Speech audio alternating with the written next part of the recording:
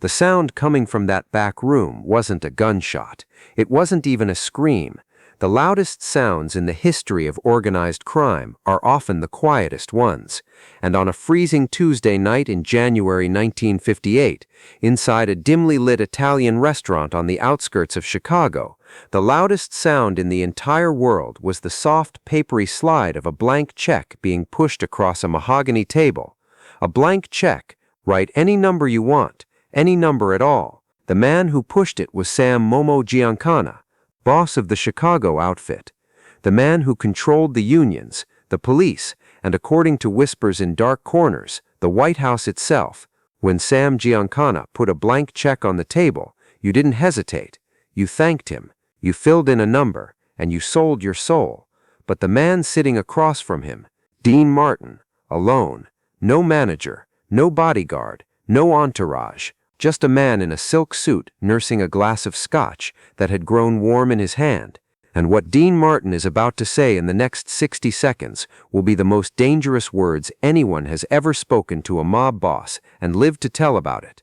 Let me set the scene for you because you need to understand just how insane this moment is. The air in that room is thick enough to choke on. Stale cigar smoke, garlic, and underneath it all, that metallic scent of violence waiting to happen. Two men stand in the shadows behind Giancana.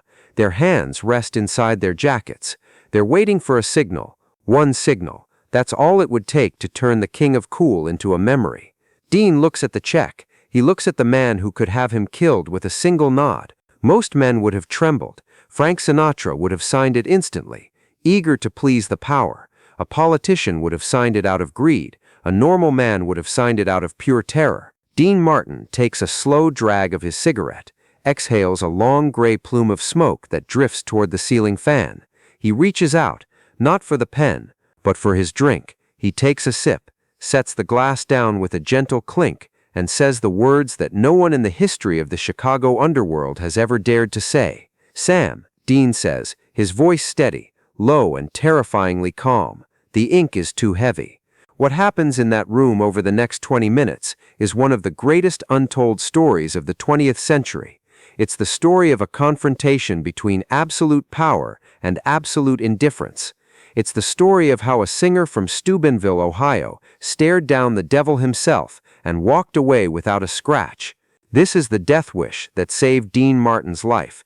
But to understand why Dean's refusal was so insane, so utterly suicidal, we need to go back. We need to strip away the glossy Technicolor nostalgia of the 1950s. Forget the poodle skirts and the diners. The entertainment industry in 1958 was a kingdom built on a foundation of bones, and the men who sat on the throne didn't have agents. They had soldiers. The Mafia, specifically the Chicago outfit, and the New York families. They owned show business. This wasn't a secret. This was a fact of life. They owned the nightclubs. They owned the jukebox distribution rackets. They owned the liquor licenses. If you wanted to sing in a club in Manhattan, Vegas, or Chicago, you needed their permission. If you wanted your record played on the radio, you needed their blessing. Las Vegas, the playground of the Rat Pack, wasn't a corporate Disneyland like it is today. It was a mob town. The Sands, the Dunes, the Riviera, all of them built with Teamster pension fund money, loaned out by mobsters who expected a return on their investment. For an entertainer in this era, the mob wasn't just a nuisance.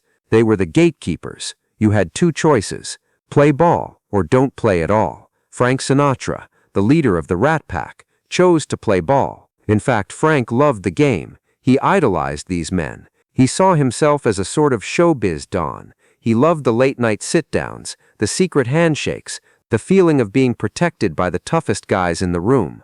Frank would fly across the country just to light a cigar for a capo. He thought proximity to violence gave him power, but Dean Martin was different. Dean didn't view the mob with romanticism. He viewed them with the weary familiarity of a man who had grown up in the gutters of Steubenville, Ohio. Before he was a singer, Dean was a blackjack dealer in illegal gambling dens. He was a croupier. He had boxed in underground rings for $5 a fight. He knew what these men were. He knew they weren't knights in shining armor. They were thugs in expensive suits. He had seen them break fingers over unpaid debts. He had seen them ruin lives for sport. To Dean, they were just another boss.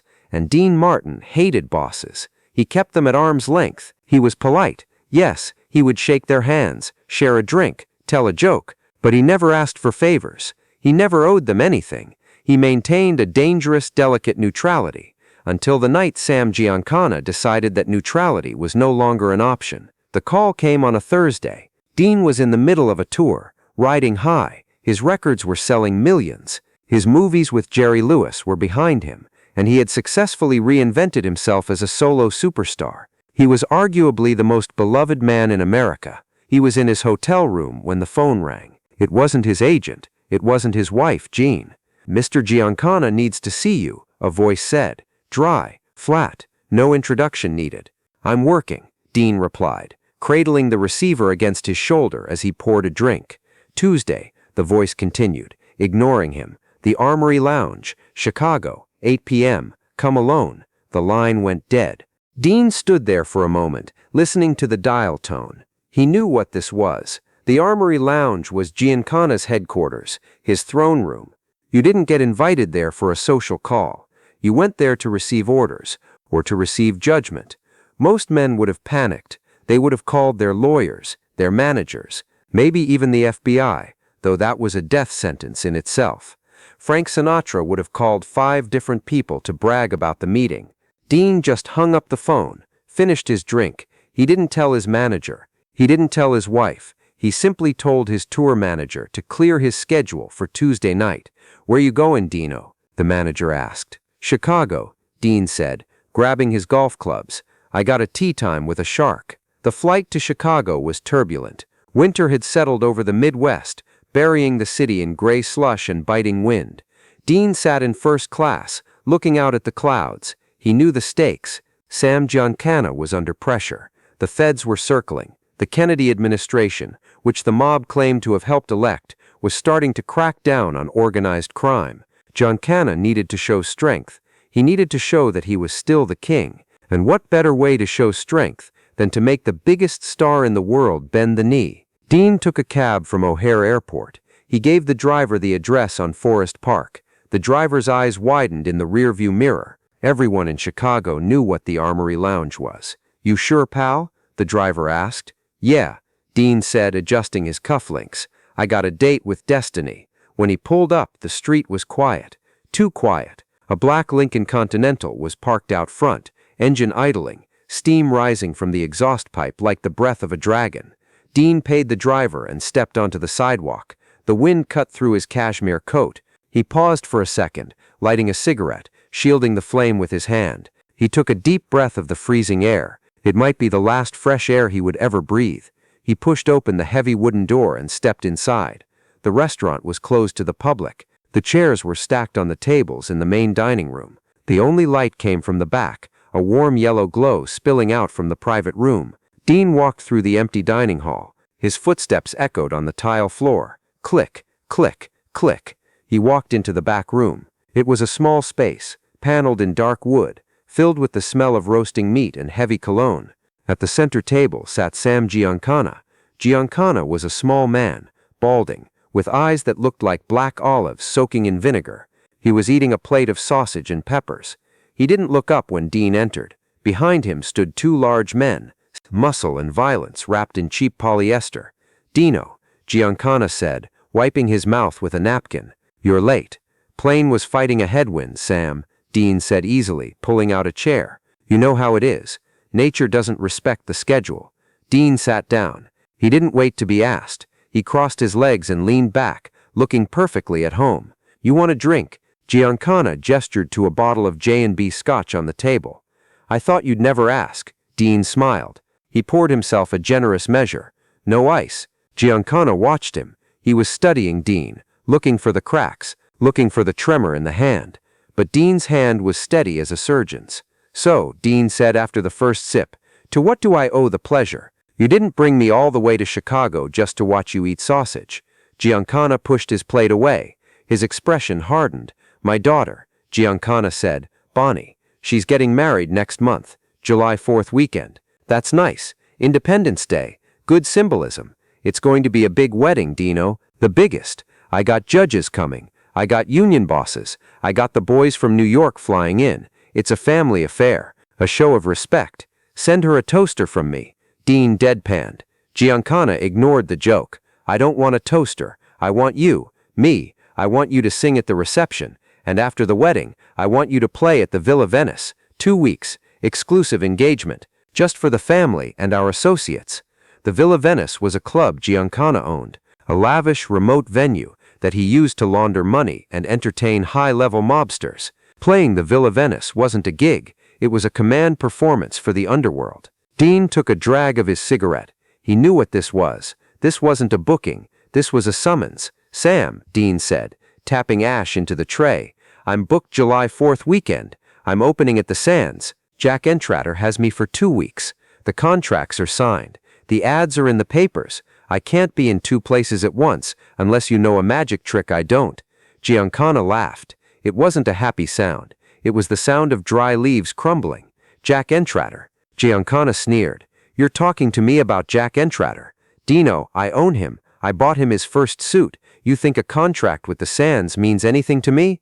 "It means something to me," Dean said. "It means nothing." Giancana slammed his hand on the table. The silverware rattled. "I make a phone call, and Jack tears up that contract. I make a phone call, and the Sands goes dark. You don't hide behind paperwork with me. It's not about the paper, Sam," Dean said, his voice dropping to a serious register. "It's about my word. I told Jack I'd be there. I gave him my hand on it." This was the moment, the immovable object meeting the unstoppable force. Giancana couldn't believe what he was hearing. Nobody said no, not to this. This was an honor. This was a direct order from the chairman of the underworld. Giancana reached into his breast pocket. He pulled out a leather checkbook. He pulled out a gold fountain pen. He wrote his signature at the bottom of a check. He didn't write a date. He didn't write a name. He didn't write an amount. He tore it out and slid it across the table. It stopped right in front of Dean's glass. "Fill it in," Giancana commanded. Dean looked at the check. "Whatever Jack is paying you at the Sands," Giancana said, his voice low and seductive. "Double it, triple it, put a 0 on the end. I don't care. You want 100,000? Take it. You want 250,000? Write it down. Money is dirt to me, Dino. This is about respect. You play my daughter's wedding. You play my club. And you show everyone that you're with us." It was the ultimate trap. If Dean signed that check, he was rich, richer than he had ever been. But if he signed that check, he belonged to Sam Giancana.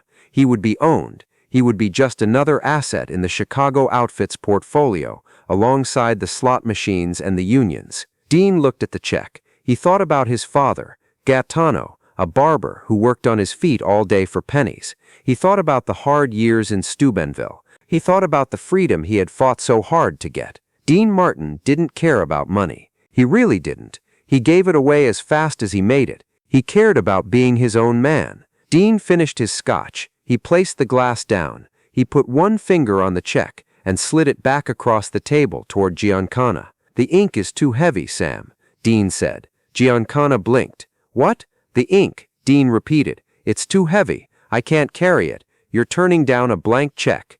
Giancana asked, his voice rising in disbelief. "Are you stupid, or do you just want to die?" "I don't want to die, Sam, but I don't want to be owned either." He leaned forward, his elbows on the table. "Look, you got Frank. Frank will do it. Frank will sing at the wedding. He'll sweep the floors if you ask him. He loves this stuff. But me, I'm just a singer. I go where I said I'd go. If I break my word to Jack for money, then I'm just a whore in a tuxedo, and my mother raised me better than that." It was an insult, a subtle one, but it landed. Giancana stood up. The chair fell backward with a crash. "You think you're funny?" Giancana hissed. "You think because you're on the cover of magazines you're safe? I can destroy you, Dino. I can snap my fingers, and your records disappear from the shelves. I can make sure you never work in a club again. I can make sure you have an accident on the golf course." The guards stepped forward. Their hands came out of their jackets. They weren't holding guns yet, but the threat was physical now. Dean didn't stand up. He didn't cower. He lit another cigarette. "Sam," Dean said, "you can stop the records. You can stop the movies. You can ban me from every club in the country." He blew smoke directly at the mob boss. "But you can't stop me." "What the hell does that mean?" Giancana shouted. "It means I don't care," Dean said. "I was happy when I was a blackjack dealer making $50 a week, I was happy when I was pumping gas in Steubenville. If you take all this fame away, I'll just go back to dealing cards. I'll play golf at the public course. I'll drink cheap wine, and I'll be happy." He smiled, and it was the scariest smile Giancana had ever seen, because it was genuine. "You can't threaten a man who doesn't need what you have, Sam. Frank needs the applause. I don't. I do this to pay the alimony. If the job goes away, I'll find another one."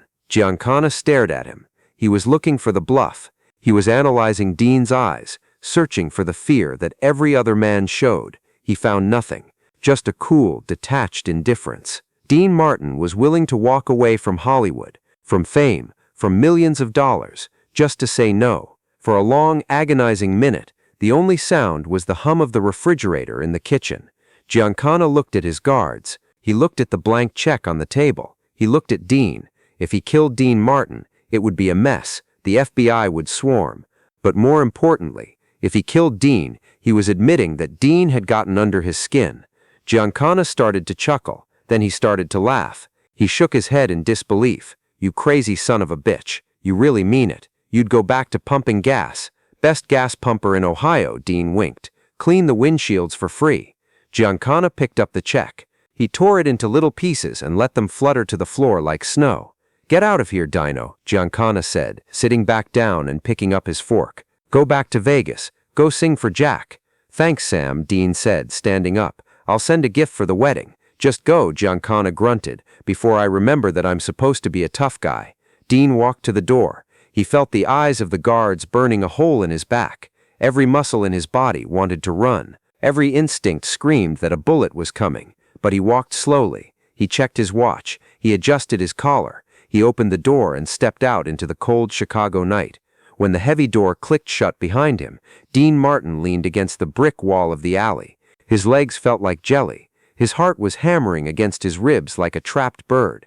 He pulled a handkerchief from his pocket and wiped the cold sweat from his forehead. "Jesus Christ," he whispered to the empty street. He had just played Russian roulette with a fully loaded gun, and the chamber had clicked empty. He walked to the corner and hailed a cab. "Where to?" the driver asked. "The airport," Dean said. "And drive fast. I want to get the hell out of this town." Dean Martin did play the Villa Venice eventually. A few years later, when he decided to do it, when the schedule worked for him, he did it as a favor, not as a conscript. But that night in 1958 changed everything. It established a line in the sand. The mob knew they couldn't own Dean. They could do business with him, but they couldn't command him. Frank Sinatra spent his whole life chasing the approval of these men, and they used him like a dish rag. Dean Martin treated them with indifference, and they respected him like a king. Sam Giancana later told an associate, "Dino, he's the only one of those Hollywood phonies who's a real man. He's got ice water in his veins." This story teaches us something profound about power. Power isn't about money. It isn't about having a blank check. Power is the ability to walk away. When you are willing to lose everything to keep your dignity, you become untouchable. Dean Martin showed us that the most powerful word in the English language isn't yes, it's no. He looked into the abyss, and he didn't blink. He just ordered another drink. We live in a world that tells us to hustle, to grind, to do whatever it takes to get to the top.